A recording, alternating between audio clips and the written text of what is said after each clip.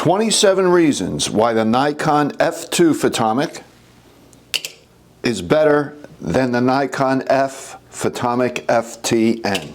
Welcome to another edition of Jules Voto's Photo Focus, and in this video we're going to be going over the differences, the improvements to the Nikon F2 Photomic over the Nikon F FTN Photomic.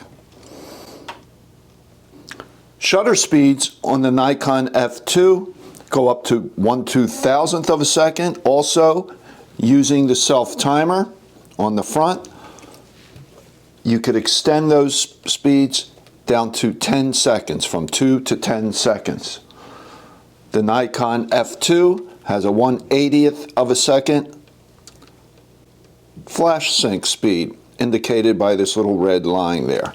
On the F, the top shutter speed was 1/1000th of a second, and the slowest speed was 1 second. Also, the F flash sync speed was 1/60th of a second. So that was a little improvement on the F2. You got a little bit faster flash sync speed. Also, speeds from 1/80th to 1/2000th can be set in anywhere in between. You couldn't do that with the Nikon F. The shutter release, as you can see here, has been moved forward. Here we have the F shutter release set back. A lot of people complained about that. So on the F2, they moved the shutter release towards the front of the camera. Now there's a 3-position collar around the shutter release on the F2. And we have a T setting, which is used in conjunction with the self timer to give you those 2 through 10 second shutter speeds. It has a central position for normal photography, and you have the position L, position of L, which locks the shutter release. The F did not have that. On the F, you just had 2 settings with the collar around the shutter release, A for advanced, R for rewind. They also added a plastic tip to the advanced lever, making it much more comfortable than the one on the F. Also, they shortened the stroke. With the F2, it's 120 degree stroke. With the F, it's 136 degrees. On both cameras, you could also use several smaller strokes. When you have the advanced lever on the F2 pulled out about 20 degrees, it uncovers a red dot. That turns the meter on. On the F, the meter switch was on the photomic finder here. The strap lugs on the F2, as you can see, let's move this F out a little bit. On the F, they're on the side. On the F2, they moved them to the front. They are also stronger. And one other thing, and one of the reasons for moving them to the front, less likely, let's just pull this strap up here, less likely that the advanced lever is going to get caught up on the neck strap, whereas with the F, let's pull this up, all right, and pull the advanced lever, you could see that the advanced lever could get caught up in the neck strap. So that's another little improvement in the F2. Both cameras have a mirror lockup. However, on the F2, it is available anytime. Just press in the depth of field preview, turn down this little lever here, and your mirror is locked up. With the F, you had to turn this dial here, press the shutter release, so you're wasting a frame to lock up the mirror. You could then turn that dial to drop the mirror after you make your exposure, but if you wanted to lock up the mirror again, you're going to have to turn that dial, then press the shutter release. So this is much more convenient way to lock up the mirror. You will notice also the edges on the body are slightly rounder. See, we have these sharp edges here on the F. On the F2, they're a little more rounded, makes the camera a little more comfortable to hold. That's especially noticeable. Let's turn these babies over a little bit. You will notice around the mirror box how squared off that is, where on the F2 it's rounded. Makes the camera feel a little bit smaller when you're holding it, although they are both the exact same size. Also on the F2, the mirror has been made a little bit longer and reset a little bit so that you will not have cut off at the top of the finder with lenses up to 800 millimeters. With the F, with longer lenses, you could have some cut off in the viewfinder. Okay, the PC outlet for connecting your flash has been moved to the front. Again, more convenient position, whereas on the F it was on the side, on the angle on the side. And also it has been threaded for a threaded PC cord. Less likely, well, it's in fact impossible for that to fall out if you screw it in to the PC outlet. On the F, possibility of that PC cord falling out. Okay, the rewind knob on the F2 can be raised slightly for rewinding. Okay, makes it a little easier to turn the rewind knob, where on the F you cannot raise it. And then your fingers kind of hit the photomic finder as you rewind. Not a huge difference, but a difference nonetheless. Also, you will notice this little connection here on the F2. That is for Nikon flash units, and I believe some Metz flash units, that you could connect the flash to this point here, and that would give you a ready light in the viewfinder. The F has no such connection. On the F2, on the photomic head, you have both shutter speed and aperture visible in the finder. On the F, just the shutter speed. Probably the biggest improvement, and the thing that a lot of people complained about on the Nikon F, and it was improved on the F2. With the F, you had to remove the back, okay, to load film. So it made it a little inconvenient to load film if you're on the street, if you're in a crowd. The F2 has a hinged back.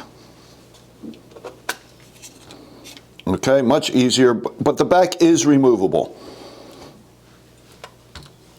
by just pressing down on this little pin, and you can remove the back very easily on the F2, but it's much easier camera to load because of that hinged back. All right, let's put that back on.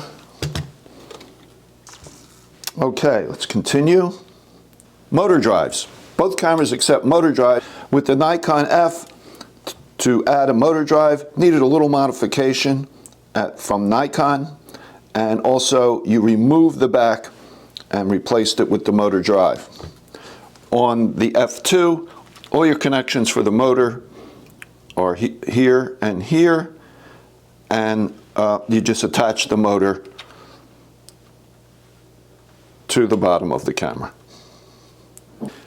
The F2 will take both a 250 or a 750 exposure back, bulk back, which you use in conjunction with the motor drive. So you remove the back and replace it with one of those bulk film backs. The F also took a bulk film back, but only 250 exposure. Okay, let's open up the back of both cameras again. I'm going to take off the back on the F. Okay, let's put that up there. I just don't want them to fall over. And now we're going to do the F2. Let's open that hinged back. Okay. Let's move the camera out of the way, okay? Let's move the F out of the way. Okay, so here's the back of the camera. There's the pressure plate, right? You will notice on the F2, they added a roller for film flatness, and then this kind of metal spring that would press down on the film cartridge when it's in the camera. That is supposed to give you a flatter film. Now the F2, the battery is in the base of the camera. The F2 takes silver battery, MS76, two MS76 batteries. which are better in the cold than the mercury batteries for the FTN. And on the FTN, you had to remove the finder and place the batteries underneath. So also those mercury batteries are no longer manufactured. So if you have an FTN, there are special batteries you can use or have the finder modified to take more modern batteries. Also, because of the fact that the batteries are in the camera on the F2, you'll notice that the photomic finder head is much smaller, much more compact, and it also mounts more securely, although I never had a problem with FTN finders not being secure. Also, you will notice on the back of the F2, we have a little film box holder here, so use that as a reminder of what film you have in the camera. With the F, there was a little dial here that you could set to indicate the film speed that was in the camera, and you have a little red dot which could be used either for color negative or transparency film, and then the black would be for black and white. But you would usually forget to set that, and then you could forget what film you had in the camera. Also on the F2, unlike the F, you could take multiple exposures. You just hold in the rewind button as you advance the advance lever, and that will keep the film in place, and you can do that as many times as you want. You have no such capability on the Nikon F. Just a couple more. Also, you notice the rewind button is on the bottom of the camera, which is, many cameras have the rewind button on the bottom. With the F, you had to use this collar around the shutter release. If you're going to, when you were going to rewind film, just lift it, turn it to R, and so not a big difference, but it's just in the more conventional location on the Nikon F2. One other small improvement on the F2, you will notice the frame counter has been moved forward compared to the F, and also it now has numerals for every other frame instead of just lines between every 5 frames as you see here on the F. So that's it, the 27 reasons why I think the Nikon F2 is better than the Nikon F, although they are both great cameras. Now, it's possible I missed something here. There are, because there were so many changes going from the Photomic FTN to the F2 Photomic. If I missed anything, please let me know. Leave that in the comments below. Now, also, this was the last finder, the last meter finder for the Nikon F. And for the F2, there were several other photomic finders introduced over the next several years that offered some improvements in metering.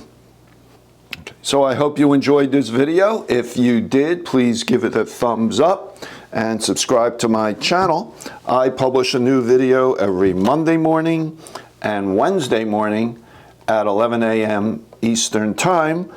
And if you have any questions or comments on this video, please leave them in the comments below. I always try to respond to all questions and comments. So thanks for watching, and I will talk to you soon.